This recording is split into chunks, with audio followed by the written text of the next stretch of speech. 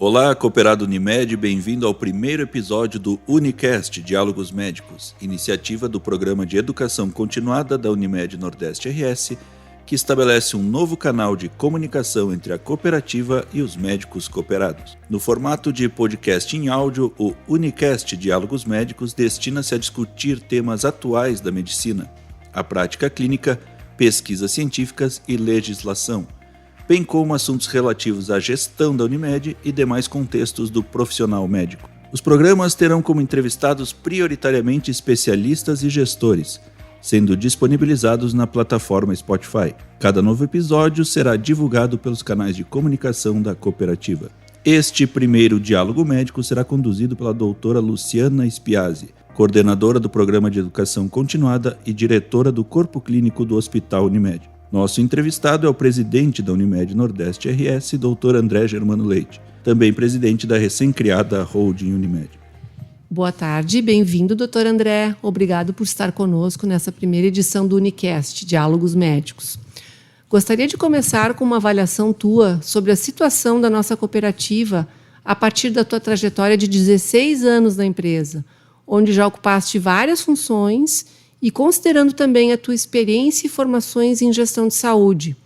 Qual seria o nosso panorama hoje como operadora de planos de saúde dos pontos de vista financeiro, estrutural e de atuação da empresa na comunidade?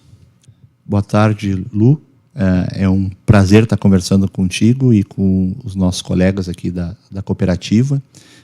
Antes de mais nada, de parabenizar por essa iniciativa. Eu acho que é uma coisa muito legal, muito moderna e muito prática essa questão da portabilidade, a gente poder dialogar e escutar isso quando estamos no trânsito, quando estamos fazendo nos nossos momentos assim, poucos momentos como médicos que temos de lazer, vamos dizer assim, né? Ou de folga, se é que isso é possível, né?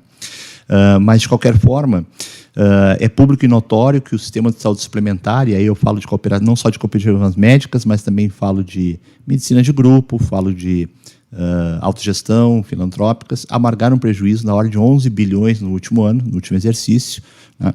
E isso fruto de uma série de coisas, sobretudo a elevação do custo assistencial, né?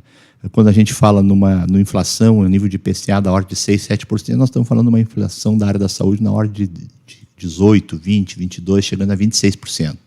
O custo cada vez maior, você tem dificuldade de repassar isso para o nosso beneficiário, porque realmente o valor do plano de saúde fica muito alto, né? E, sobretudo, nesse período pós-Covid, né, em que esses custos acabaram aumentando muito. E isso é multifatorial. A gente tem fatores relacionados inerentes à própria doença, que determinou que o diagnóstico fosse feito mais tardiamente, e aí diagnóstico mais tardios implicam em custo mais alto para tratar essas patologias. Temos a questão de procedimentos, não só diagnósticos, como terapêuticos, eletivos que foram postergados. Temos a questão também dos insumos que aumentaram muito, porque é a lei da oferta e da procura. A procura sendo muito alta, a demanda menor, e o custo acaba subindo. Temos uma questão não desprezível e pouco tangível de pacientes com sequelas importantes da Covid, sejam emocionais ou físicas, que precisam ser tratadas. Então, a gente tem um universo de condições que acabaram, e até o próprio cuidado do paciente, que saímos com esse legado da pandemia, que somos finitos, que a saúde é uma coisa importante, e as pessoas começam a se cuidar mais e a procurar mais recursos de saúde. Isso acabou trazendo um custo elevado e fez com que todo o sistema da saúde, principalmente saúde privada, tenha apresentado resultados não satisfatórios. Estamos trabalhando duro para a reversão disso, e para a reversão disso eu acredito em gestão. Eu não vejo outra alternativa senão gestão. Quando a gente fala em gestão, a gente fala em pessoa, processo e tecnologia. Pessoas, eu acho que a gente não precisa nem conversar muito sobre isso aqui. Nós somos Unimed, nós temos o melhor time, nós temos os melhores funcionários, nós temos os melhores médicos, nós temos a melhor infraestrutura. Processo sempre tem como melhorar. E acho que isso é uma coisa que a gente tem um trabalho contínuo. E tecnologia, sim, a gente precisa rever, a gente precisa trazer mais sistematização, automação. Hoje está aí presente a inteligência artificial para nos ajudar também em algumas questões específicas, sobretudo na área de auditoria, que pode nos ajudar bastante, mas também a automação de processos pode nos levar a um ganho em escala, visto que esse processo de forma automatizada me permite não só a disponibilidade desse profissional para outros trabalhos, porque existe muito trabalho manual e muito retrabalho. Então, eu acredito nesses 3 passos para que a gente, através de uma gestão bastante diferenciada, buscar esse resultado. Agora, a gente não pode só focar no custo. A gente tem que focar em receita também. E a gente tem que focar em aumento de receita. Se esse aumento de receita muitas vezes não pode se dar por um aumento do plano de saúde, que já está num limite, a gente tem que buscar aumentar o nosso market share, aumentar o nosso público, ter mais vidas a nós. E, nesse sentido, nós estamos trabalhando nisso, estamos prestes a anunciar aí a absorção de uma parte de uma carteira importante aí na comunidade. Então, eu acho que a gente está trabalhando forte para buscar também agir nas 2 pontas. Controlar custo. Custo é que nem unha, tem que cortar todos os dias, ou toda semana, né? Mas também o foco no aumento da receita. E uma coisa que eu aprendi é que muitas vezes as pessoas têm uma ideia errônea com relação ao investimento. Se você deixa de investir, você acaba tendo problemas com a tua infraestrutura, com o teu parque tecnológico, com a qualidade assistencial, e aí fica difícil você te justificar que o paciente pague o plano de saúde mais caro, né, e tenha condições defasadas de atendimento. Então, esse é o grande desafio, manter e melhorar a infraestrutura, manter e melhorar a qualidade assistencial e, ainda assim, manter resultado. Bom, André, na minha opinião, sempre foi um fato que o cooperado ou sócio da Unimed vive um eterno conflito de interesses, que muitas vezes o faz atuar não de forma a priorizar o benefício da empresa, mas colocando bem acima seus próprios interesses. Esse dilema não tem solução para mim e é um dos grandes desafios para o nosso sucesso como cooperativa. Na sua opinião, quais seriam as estratégias mais efetivas para se superar ou amenizar esta situação? É uma pergunta bastante inteligente e bem complexa, mas eu acredito muito na questão do pertencimento. Por N motivos, que acho que não sei se teremos tempo aqui para falar, mas houve esse distanciamento do cooperado, do sentimento que ele é a razão de ser de uma cooperativa médica.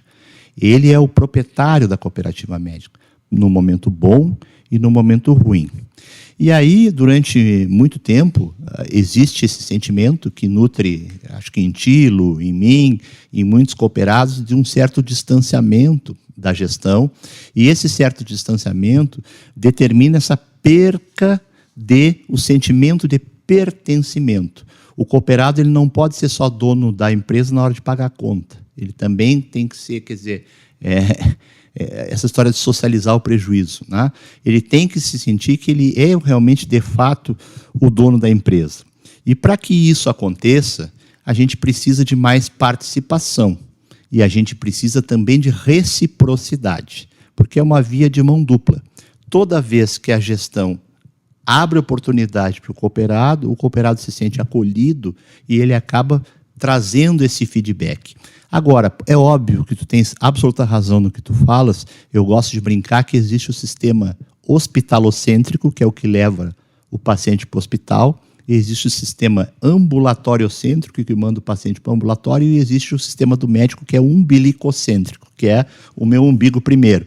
Isso eu acho que é uma característica natural, não só também um pouco de nós como seres humanos, de cuidar e proteger a nossa família, os nossos interesses, mas também um cuidado desse mesmo ser humano, no sentido da nossa própria formação, né? O médico tem uma formação muito individualista, né? A gente aprende a estudar na faculdade de forma individual, a gente aprende a competir, é um mercado bastante competitivo, e isso acaba, às vezes, que meio que sendo absorvido no nosso DNA e a gente se torna seres um pouco mais solitários, né? Na questão dos próprios sentimentos e na perspectiva de trabalho, de remuneração, e isso realmente acontece. Não vamos, a gente pode aqui falar a verdade ou também ficar inventando coisas. Acho que falar a verdade é melhor porque a gente não se enrola. Isso existe, mas eu acho que sempre há espaço, na medida que você mostra a cooperativa, que você mostra de forma transparente. Dentro de 30 dias devemos estar abrindo aí o portal da transparência Unimed, que é uma promessa antiga, mas que até viabilizar não é fácil, né? Mas a gente tem que mostrar para o cooperado, até para que ele não se surpreenda com algumas coisas, que a gente... o cooperado ele precisa ter engajamento, ele precisa ter essa sensação de pertencimento, que a empresa de fato é dele. Porém, esse pertencimento e engajamento vem com a responsabilidade de compartilhar esse risco de uma operação que, graças a Deus, é uma operação que está dando certo, que nós estamos conseguindo reverter um resultado ruim, com muito trabalho, mas ele também tem que saber que ele é parte inerente desse risco através da responsabilidade do uso racional dos recursos. Eu gosto muito da frase do professor Gonçalo Vecina, que foi o fundador da Anvisa, que diz o seguinte: medicina de qualidade é fazer para o paciente o que ele precisa, na hora certa e com o recurso adequado. Eu gostaria de te colocar a seguinte questão. Para mim, um grande equívoco administrativo de gestões passadas foi não dividir anualmente os lucros da empresa. Para te ter uma ideia, eu estou na cooperativa há 28 anos e eu me lembro de ter tido sobras em dois exercícios somente. Isso contribui para os cooperados se sentirem cada vez menos donos e responsáveis pela empresa, no meu entender. Está dentro dos planos dessa gestão adotar medidas para que a distribuição de resultados ocorra de forma sistemática no futuro? Sim. Eu acho que isso é uma meta que todos nós temos presentes, tá? O que acontece? Realmente tem razão, né? As duas últimas distribuições que houveram, e infelizmente foram consequências de ações judiciais, né? Não foram consequências... Uma foi consequente a uma catástrofe, que foi a Covid, que diminuiu muito a sinistralidade e acabou tendo sobra, e a outra foi através de uma ação judicial da COFINS, que a gente acabou sendo contemplado, quer dizer, que foram sobras que não foram operacionais, foram sobras... Não foram por boa gestão. Eu diria que foram sobras por fatores fortuitos, né? Mas o que eu posso te dizer, sim, estamos numa perspectiva de, apesar de termos encontrado a empresa numa situação adversa, é de conhecimento público as questões referentes ao resultado do exercício anterior, mas nós estamos numa perspectiva de termos a divisão de sobras esse ano, né? E vamos lá, a gente tem que ter muita responsabilidade com essa questão da distribuição de sobras, porque a distribuição de sobras ela é muito importante, sim, porque ela cria uma sensação de que o negócio está dando certo, que vale a pena participar. Mas, por outro lado, a gente também tem que trabalhar na questão do honorário médico, porque o honorário médico, numa cooperativa, é distribuição antecipada de sobras. Então, e nós médicos estamos com o nosso honorário congelado há bastante tempo. Então, o que nós precisamos? Nós precisamos trabalhar a gestão, controlar custo, aumentar a receita, manter a experiência do consumidor, porque o que acontece? Preço é o que eu cobro, valor é o que a gente entrega. E a diferença entre os dois é a experiência do consumidor. Se a experiência do consumidor for boa, eu vou poder cobrar um valor maior. E eu vou poder justificar esse valor maior no mercado e ter competitividade para que eu possa concorrer com players que não têm tanta qualidade, que não têm tanta infraestrutura e que praticam preços menores. Só que para mim manter infraestrutura e qualidade, eu também preciso fazer investimento. Então, é uma equação difícil. Num mundo dinâmico, uma insegurança jurídica, processos de judicialização cada vez mais frequentes, a Lei 14.454, que veio agora em setembro do ano passado, dizendo que praticamente dizimou o rol, agora tudo pode. Então, realmente, é um desafio constante. Mas, sim, eu concordo contigo, a perspectiva de um 13º salário ela tem que estar presente na cabeça de quem está na gestão. A gente trabalha fortemente para isso. Estamos vindo de um resultado negativo bastante impactante. não acredito num 13º salário esse ano, mas acredito em sobra e acredito em recomposição de cotas, né, de pagamento de juros sobre capital, que também é uma maneira do médico receber honorário. Bom, sendo o mais sincero e o menos político possível, como tu imaginas que possamos manter viável um dos nossos benefícios como cooperados, que é o Master Médico? Bom, essa gestão, isso eu posso dizer com certo orgulho, e não quero parecer arrogante, que a gente tem, dentro do possível, deixado a política da porta para fora. Tá? Dentro do possível, porque o ser humano é um ser político, mas nós temos agido com muito mais no sentido de gestão e procurando deixar de fora essa questão política, porque esse custo político hoje não tem mais espaço numa cooperativa médica por um motivo muito simples. O mercado não paga mais, não tem mais essa gordura, não tem mais. Já veio, né? Já veio, nós estamos pagando por ela. Então hoje não há mais margem e o próprio empresário hoje ele já tem consciência que ele não precisa pagar por isso, pela ineficiência. Nós temos que ter uma gestão eficiente. Uma gestão eficiente significa tu dar margem a processos estritamente relacionados à gestão, estritamente relacionados à pertinência daquilo que está sendo feito, ao desfecho clínico, porque sim, somos médicos, a gente não pode esquecer que somos médicos. O desfecho clínico do paciente tem que ser a nossa meta. Mas a gente tem que considerar também a experiência do nosso usuário por uma questão de fidelização, aumento de market share, com aumento de receita, aumento do ticket médio, mas, sobretudo, o denominador dessa equação ainda é o custo. Então, tem que equilibrar essa coisa. E quando a gente fala de Master Médico, nós estamos falando no plano de saúde dos médicos. Né? E aí nós temos várias questões que a gente precisa discutir. Eu acho que o mais correto e menos político com relação ao Master Médico é botar os números na parede, sentar com os médicos e decidir junto com os médicos o que se quer fazer. O que eu posso te dizer é que se nós entendermos que tenha que ser um plano superavitário, ou pelo menos que as suas receitas sobreponham as despesas, ou seja, que ele não seja um plano deficitário, se é que dá para se falar sobre deficitário, porque um plano de saúde dos médicos pode ser um benefício que a empresa dá, e mesmo sendo deficitário. Mas se nós falarmos em números, nós estamos aí, vamos fechar o ano na ordem de 13 a 14 milhões de prejuízo dentro do plano Master Médico. Tá? Isso são valores extremamente expressivos, tá? E que acabam nos causando muito desconforto. Tá? Em cima disso, nós temos questões de produtos associados a esse plano, Unimedicamentos, temos questão de seguro viagem, temos questões que, embora tenha uma composição menor, porque realmente o que mais contribui aqui é o sinistro mesmo, né? Na verdade, a sinistralidade ela se dá pela razão entre a receita e a despesa. Além de ser um plano que tem uma despesa elevada, né?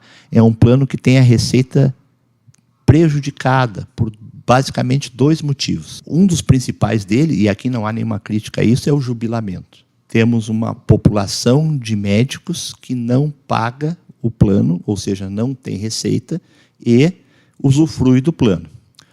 O que também não há uma crítica aqui, porque essas pessoas contribuíram para chegar nesse ponto. Mas há um momento que o jubilamento começa a ficar num volume tão expressivo que eu não tenho massa para subsidiar esse volume. E a segunda questão é que é um plano que há muitos anos ele não sofre reajustes. Né? E a ausência desses reajustes acabam fazendo que, como o custo assistencial se eleva, a sinistralidade se eleva, e no momento que você fixa a receita, o custo aumentando, o resultado vai ser sempre menor.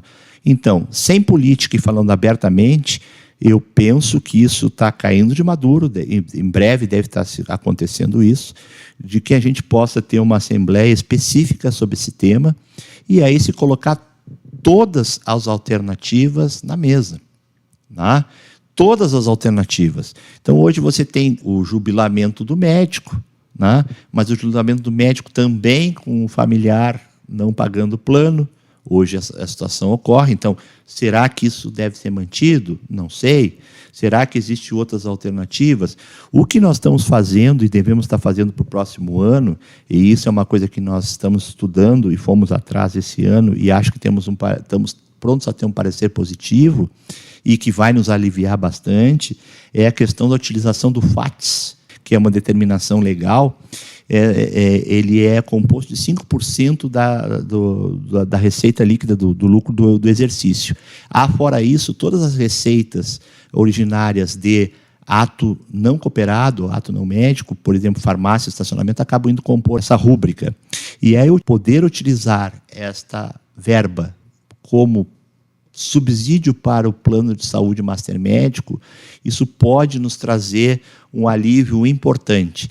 Já temos feito cálculos contábeis e atuariais junto à federação e estamos muito próximos de poder. Eu não quero prometer, porque às vezes promete e as coisas acabam não acontecendo. Isso depende de quê? Decisão judicial? Não depende de nada de decisão judicial. Depende de uma questão muito simples, que é o seguinte. Não sei se eu vou saber explicar tão bem, mas eu vou procurar explicar. O FATS todos recolhem, correto? Tá? Então, teoricamente, na hora de usar, eu teria que usar para todos, né? Teoricamente. E aí nós temos colegas cooperados que não têm plano master médico. São poucos, mas têm. E como eles recolhem o FATS também, teoricamente, sim, eles não estariam sendo beneficiados. Uhum. Então, tem essa discussão, não sei se filosófica, jurídica, acadêmica, ou sociológica, societária, mas essa é uma discussão que temos tido pareceres favoráveis em cima disso. E dentro disso existe uma boa perspectiva que sim, que me parece que desde que fique claro que eles têm a possibilidade de entrar no plano, é uma opção não feita, talvez seja essa uma possibilidade. Agora, isso está muito próximo de ter uma resposta definitiva. Quanto do FATS poderia ser usado? Tens ideia? Assim? O FATS ele é um recurso finito, né? Porque na medida em que você tem 5% do resultado, é um valor pequeno. Porém, nós temos mais de 50 milhões no FATS por causa da farmácia e do estacionamento ao longo desses anos. Quando a gente começa a pensar que farmácia e estacionamento devem passar para a holding, para a sociedade anônima, a gente acaba perdendo esse resultado dentro da Unimed Nordeste. Mas eu acredito que a gente possa subsidiar o plano aí por um período aí de pelo menos uns 10 anos de uma forma significativa. Bom, então, assim, para encerrar, eu tenho uma última pergunta que vislumbra a questão da gestão profissional da cooperativa. Assim. A total profissionalização da gestão parece algo bem difícil de acontecer, porque algumas funções administrativas dificilmente deixarão de ser executadas por médicos. Sabemos que o ambiente corporativo da Unimed é complexo e, por vezes, bastante pesado, o que acaba não sendo atrativo para líderes diferenciados. Como presidente, tu incentivas de alguma maneira um laboratório criativo de lideranças médicas de gestão dentro da empresa? Não seria interessante um plano de carreira para que não ocorra a cada 2 anos toda uma mudança de cargos, com novas chefias começando tudo do zero, experiência própria, nesse caso, além de perder um bom tempo até adquirirem o conhecimento necessário para dar andamento à gestão? Vamos lá, vamos por partes de novo. Profissionalização da gestão. Eu acho isso extremamente relevante, né? Extremamente relevante, e temos atuado fortemente com relação a isso. Basta ver que acabamos contratando um CEO e um CIO para a empresa. Então, tanto na parte da superintendência administrativa, e aí nós vamos buscar, através da contratação desses profissionais, através de pessoa jurídica, que me permite pagar um salário mais alto e buscar profissionais de mercado com reconhecida performance no mercado e que possam realmente nos trazer resultado, e é isso que está acontecendo. Nós estamos revertendo um resultado de menos 17 milhões para alguns milhões positivos, graças também a esse trabalho, mas também de profissionais que estão aqui há muitos anos, que são competentes e que estão trabalhando e que têm entrega. A questão do doutor administrador é uma questão que está na legislação. né? Então, uma cooperativa médica ela tem que ter dirigentes médicos, e aí a gente tem que conviver com médicos. Mas eu não tenho um preconceito contra médicos a administrar. Eu tenho preconceito ao médico administrar como bico.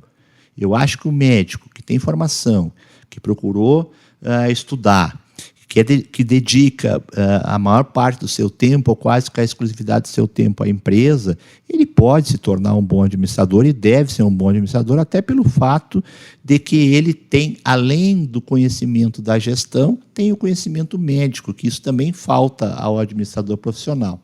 Então, eu acho que tornaria ele mais completo. Com relação também ao que tu perguntasse sobre o Laboratório Criativo de Lideranças, eu não só sou a favor, como hoje de manhã tivemos um laboratório criativo de liderança, onde foi apresentado 6 projetos, né?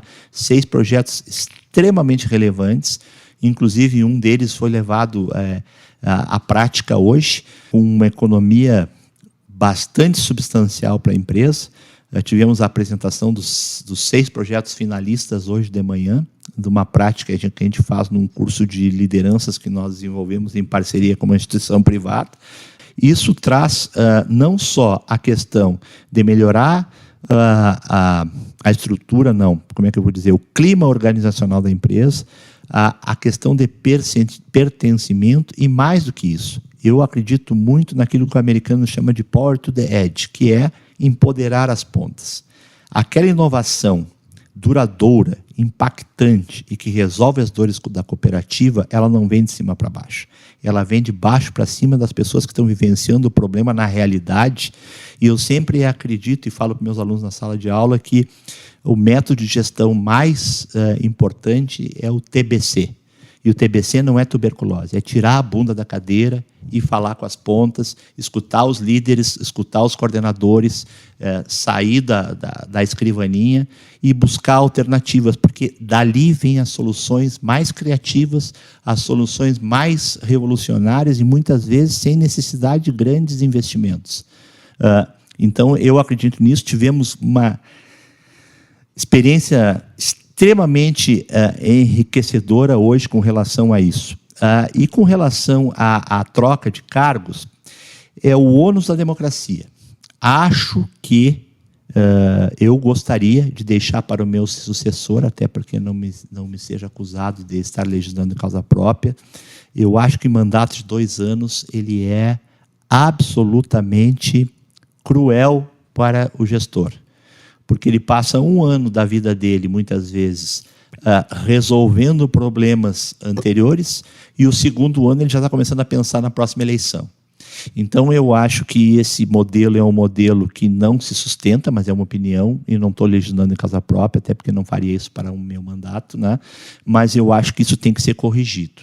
Nós somos a única que eu conheça, posso estar enganado, a única Unimed do Estado que tem um mandato de 2 anos para cargos diretivos dentro da Unimed. Tá?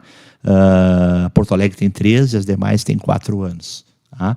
Então, eu acho que isso é uma das mudanças que a gente precisa fazer, porque realmente precisa ter pelo menos um planejamento estratégico de médio prazo. Né? Porque senão nós ficamos sempre com o curto prazo, e o curto prazo vai virar sempre curto prazo, e quando chegar o próximo vai ser curto prazo de novo, e aí é uma questão de só apagar incêndio. Eu acredito nisso, mas estamos numa democracia. Cada cooperado um voto. E dentro disso, a maioria decide e quem está na gestão acata. Certo, André. Queria te agradecer. Eu acho que foi muito proveitoso para a gente ter uma ideia. São perguntas que nem sempre são tão fáceis de responder, mas eu acho que tu foste muito preciso, abrangente, sincero. E é disso que a gente precisa hoje como cooperado para poder nos inserirmos mais nas profundezas da nossa empresa, participarmos mais, entendermos mais o que está acontecendo. E esse é o primeiro de vários programas que vão ser veiculados para o cooperado a partir de janeiro de 2024, sempre buscando atualização científica com colegas que serão convidadas pelos mais diversos assuntos, juntando medicina com gestão. Essa é a ideia. Te agradeço a oportunidade. Acho que é sempre uma ótima oportunidade poder falar com nossos colegas cooperados, porque eles são a razão de ser da empresa, mas a gente também não pode se esquecer que, embora sejamos uma cooperativa, nós somos uma empresa. E nós temos que ter esse sentimento de que empresa somos, porque a empresa depende de resultado. E quando eu falo disso, a gente tem que pensar que o cooperado é importante, sim, mas o centro da atenção tem que ser o nosso cliente. Eu sempre falo isso e às vezes sou muito mal interpretado, mas eu vou morrer falando. Se na indústria o centro é o cliente, no comércio o centro é o cliente, no serviço o centro é o cliente, na cooperativa o centro tem que ser o cliente, porque ele paga a conta e o cooperado vai se beneficiar dessa atenção que nós demos para o cliente. Então é muito importante o cooperado ele é fundamental, porque a razão de ser da empresa é o nosso maior ativo, mas a gente tem que saber que a gente tem outros ativos. A gente tem os nossos clientes, a gente tem os nossos colaboradores, a gente tem o nosso corpo funcional, e isso são ativos importantíssimos da empresa. Então, eu acho que agradeço a oportunidade. A gente tem um desafio grande pela frente. Temos a Sociedade Anônima, que ainda não voltou da junta comercial, mas está prestes a voltar para a gente começar a aumentar o nosso portfólio de produtos e serviços e buscar receitas extraordinárias para procurar equilibrar essa balança. Muito obrigado, um grande abraço, parabéns pela iniciativa. Um abraço. Obrigada, um abraço. Muito obrigado, doutora Luciana Spiazzi e doutor André Germano Leite, presidente da Unimed Nordeste RS e da Holding Unimed. Nosso primeiro entrevistado do Unicast Diálogos Médicos, podcast voltado aos cooperados da Unimed Nordeste RS. Os episódios, sempre em formato de áudio, ficarão disponíveis no Spotify e os médicos cooperados serão informados do lançamento de cada nova edição pelos canais de comunicação da cooperativa. Uma boa semana a todos e até o nosso próximo episódio.